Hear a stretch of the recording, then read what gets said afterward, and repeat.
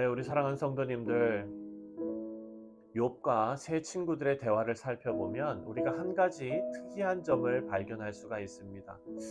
욥의 친구들은 당대의 지혜로운 현인들입니다. 그런데 이들이 변론하는 과정에서 하나님께 직접 말한 적이 없다는 점이 조금 특이합니다.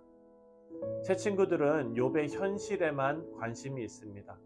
하지만 그 뒤에서 역사하시는 하나님께는 관심을 두지 않고 있다라는 것을 우리가 여기서 알 수가 있습니다.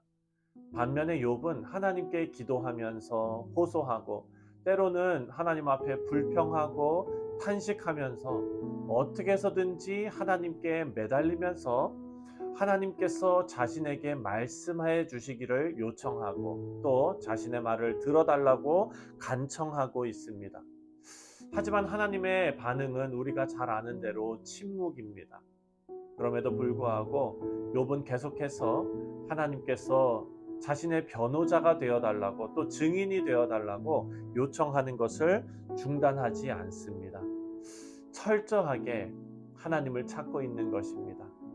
그것이 바로 욥이 할 수 있는 최선의 신앙 고백입니다.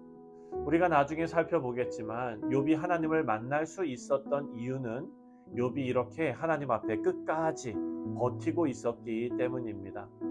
욥의 친구들처럼 그냥 자신들이 알고 있는 짧은 지식으로 결론을 내버리고 자신의 고난을 어쩔 수 없는 일이라고 혹은 알 수 없는 일이라고 혹은 죄로 인한 결과라고 결론 내버리고 끝냈다면 하나님을 만날 수 없었을 것입니다.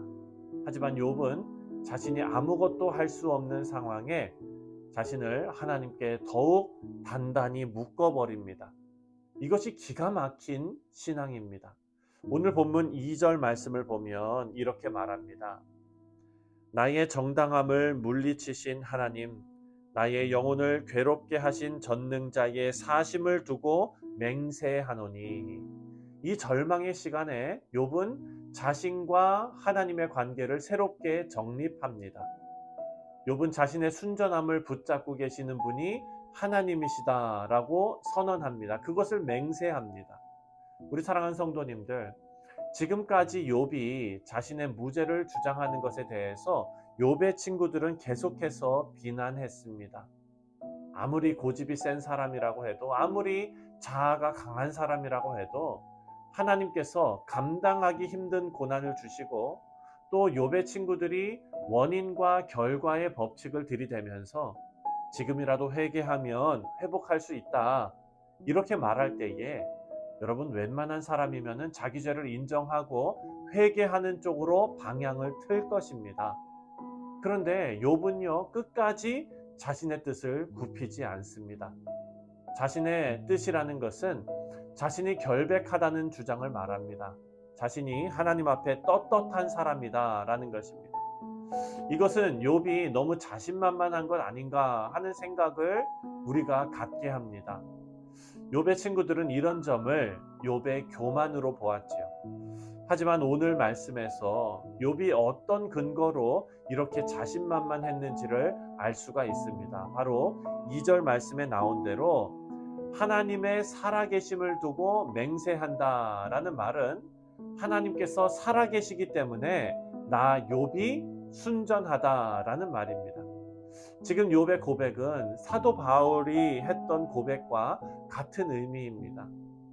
여러분 로마서 8장에서도 사도 바울은 아무도 우리를 그리스도의 사랑에서 끊을 수 없다라고 고백했습니다. 사망이나 생명이나 권세자들이나 또 현재일이나 장래일이나 능력이나 높음이나 깊음이나 아무 피조물이라도 우리를 우리 주 예수 그리스도 안에 있는 하나님의 사랑에서 끊을 수 없다라고 고백했습니다. 물론 욥의 이런 고백은 하나님을 온전히 만나고 체험하기까지는 미완성 단계입니다. 하지만 나중에 욥기 결론에 가보면 하나님께서 욥의 이런 모습을 정당하게 평가해 주시는 것을 우리가 발견합니다. 우리 사랑하는 성도님들, 비록 하나님을 신뢰하고 붙잡고자 노력하는 우리의 모습이 때로는 많이 부족할 수가 있습니다. 어떤 사람은 제대로 하지도 못하면서 그렇게 하지 못할 바에는 아예 시작도 하지 않는 것이 낫다라고 말할 수도 있지요. 하지만 우리의 신앙생활은 그렇지 않습니다. 하나님께서 결과만 중요시 여기는 분이 아니시기 때문입니다. 우리가 하나님을 붙잡는 과정, 우리가 갈등하는 그 순간들, 그럼에도 불구하고 하나님을 의지하는 그 선택의 순간들을 하나님께서는 정당하게 평가해 주실 줄 믿습니다. 오늘도 하나님께 붙어 있는 싸움을 끝까지 싸워내시는 우리 귀한 성도님들 되시기를 주님의 이름으로 축원드립니다. 오늘 본문 말씀 13절부터 23절까지는요, 논란이 많은 그런 말씀들입니다. 많은 학자들의 의견이 갈리는 그런 부분입니다. 지난번에 말씀드린 것처럼 욥과 세 친구들의 대화에서 모두 3번씩 말을 했는데 소발의 변론만 2번밖에 나오지 않습니다. 그래서 어떤 학자들은 13절부터 23절의 말씀이 바로 욥의 변론이 아니라 소발의 변론으로 보는 학자들도 있습니다.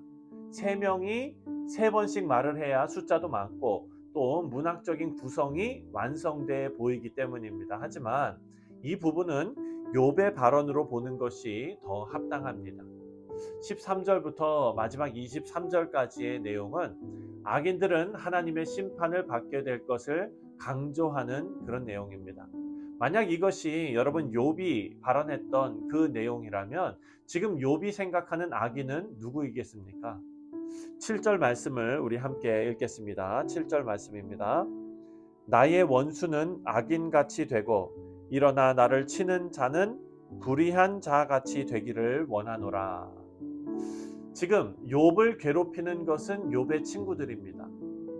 욥의 친구들로부터 터무니없는 정죄를 당하고 그리고 욥이 자신을 공격하고 그리고 자신에게 그렇게 어려움을 주는 친구들에게 자신도 같은 말로 지금 공격하고 있는 것입니다. 욥은 자신의 의의를 하나님께 묶어버리면서 자신의 순결함을 주장했습니다. 하지만 결국 욥도 자기의 의로움을 스스로 주장할 만큼 완전한 존재가 아니라는 사실을 욥의 발언을 통해서 우리가 알 수 있습니다. 우리 사랑하는 성도님들, 인간은 스스로 완전할 수 없는 그런 존재입니다. 욥도 오늘 말씀 4절 말씀을 보면은요, 입술을 지키기로 결심했습니다.